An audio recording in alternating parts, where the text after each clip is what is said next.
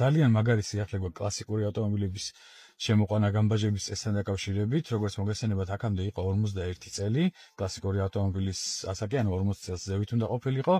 და წეღან ცოტა ხნის წინ პარლამენტმა მიიღო პირველი მოსმენით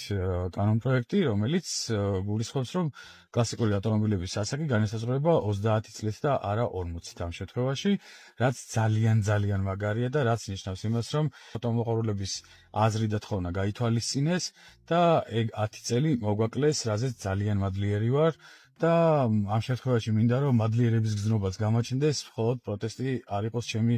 ამომავალი წერტილი, იმიტომ რომ რაღაცას რომ ვითხოვ და იმ რაღაცას აკეთებენ, ძალიან ბედნიერი ვარ. აქვე იმასაც ვიტყვი, რომ ვიღაცებმა ახლა შეიძლება იფიქრონ, რომ რადგან 30 წელზე ჩამოწიეს ძველი ავტომობილები შემოვა ძალიან ბევრი, გადაივსება და ასე შემდეგ და ასე შემდეგ. არა, მე აქვე გეტყვით, რომ ჩვეულებრივი მომხმარებლები არ დაიწყებენ ძველი ავტომობილების ჩამოყვანას, იმიტომ რომ იმდენად ძვირი ღირს ძველი ავტომობილი წესიერ მდგომარეობაში, რომ უბრალოდ აზრი ეკარგება და ისევ 6 წელზე ახალი იყიდოს ურჩევნია, ანუ იგივე ფასი გამოვუო ფიზიკურად.